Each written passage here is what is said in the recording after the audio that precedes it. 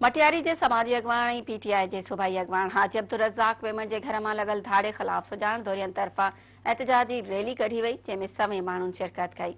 PTI अगवान हाजी शहजाद मीमण सिंध मीमण इत्तेहाद के deputy general secretary सरदार Ayaz मीमण Sajjad Ahmad मीमण Rashid ॾेथो PTI जिले मटियारी के सदर हुसैन बख्श मीमण अवेस गुल मीमण गुलाम हुसैन मीमण सैयद जमाल शाह लखियारी की अगवानी में जुगनू सीएनजी का मटियारी प्रेस क्लब ताईं रैली कढ़ी प्रेस क्लब अॻियां धरणो हयो वियो।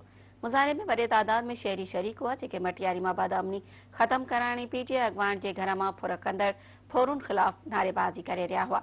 मुज़ाहरे के खिताब कंदे शहजाद मेमण चो घर में सदन मौजूदगी में चैन हथियारबंदन सादिक खासखेली सदस पुट नोमान इमरान सोनारो एक औरत मिसबा सकीना हथियारन की जोर से सोना जेवर 2.5 लाख रुपया कैश फुर करे फरार थी विया जैमा एक फोरू सादिक खासखेली के असा पाड़े वारन पकड़े वरतो।